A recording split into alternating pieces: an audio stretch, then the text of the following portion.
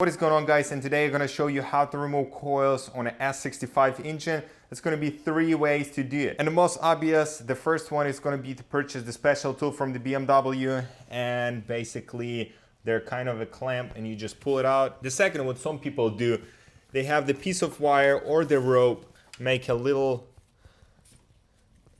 kind of hook, type it up, and basically pull it out. It's not my favorite way to doing it, but as a crowbar guy, I like to use the crowbars. In every single situation, it's gonna be just a little push. If you want, you can put the towel to the portion of the engine you're gonna be kind of touching it. But basically, from one side, using the crowbar, from the other side, you use your finger.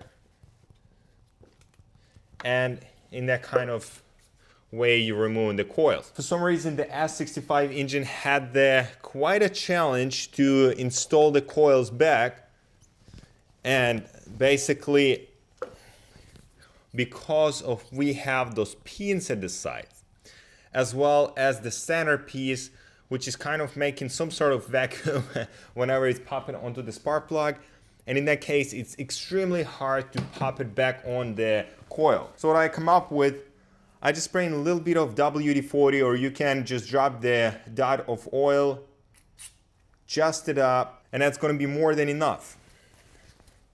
Top it back, make sure it's not kind of wet or so, and now we can easily pop the coil back instead of just pushing it like extremely hard. That was super easy, and in that case it's going to be easier to remove after all. I'm gonna show you the torque specs, which is gonna be 25 Newton meter of torque or 18 feet-pound of torque.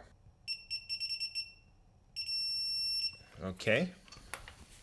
Also the socket, this socket came from the gear wrench. As you can see, it has adjustable head. Also, it's really thin, the walls are thin, as well as we have 9-in magnet inside, which is helping us tremendously with removing the spark plugs.